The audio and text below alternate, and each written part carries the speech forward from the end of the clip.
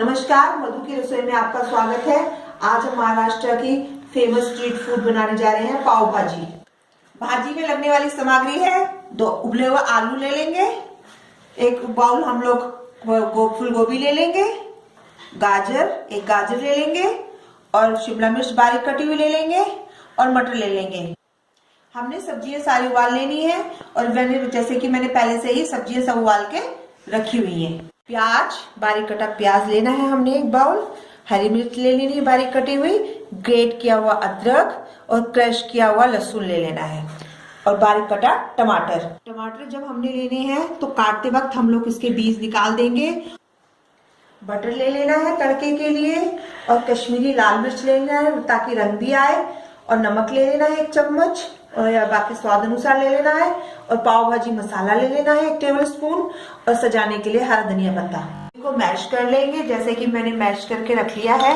हाथ से कर लो मैश या तो आप मैशर से भी मैश कर सकते हैं।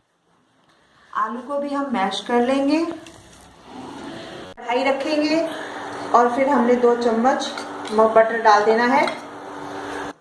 बटर मेल्ट हो गया है, अब इसमें लहसुन डाल देंगे क्रश किया हुआ, फिर हमने अदरक भी डाल देना, हरी मिर्च भी डाल देनी है, उसको थोड़ा भूनेंगे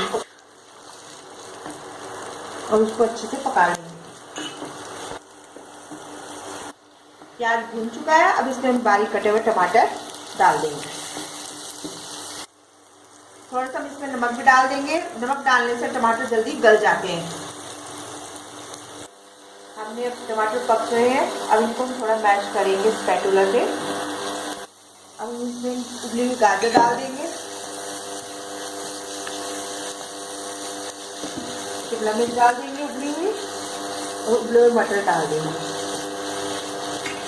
इसको थोड़ा हम पकाएंगे। अब हमने इसको मैशर से मैश कर लेना है।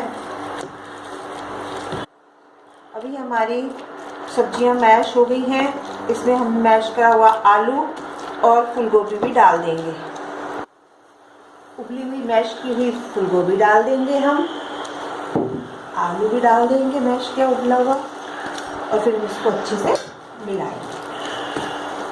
सारी सब्जियां मैश हो चुकी है, मिल चुकी है। अब हम इसमें नमक और बाकी मसाले डालेंगे। कश्मीरी मिर्च लाल डालनी है आधा चम्मच, जिससे कि इसमें और अच्छा रंग आ जाए, और नमक स्वाद अनुसार डालना है। 2 चम्मच इसमें पाव भाजी मसाला डालना है, और फिर अच्छे से इसको मिला के 2 मिनट तक ऐसे चलाते रहना है। अब बिल्कुल तैयार है। अब हम पाव तैयार करेंगे। पानी ले लेंगे, पानी में हम चाकू को थोड़ा भिगो लेंगे, इससे क्या होगा, पाव बड़े आराम से कट जाएगी हमारी।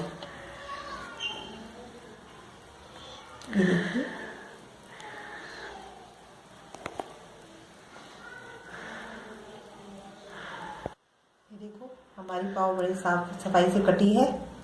तवा रख लेंगे और उसमें हमने बटर डाल देना है,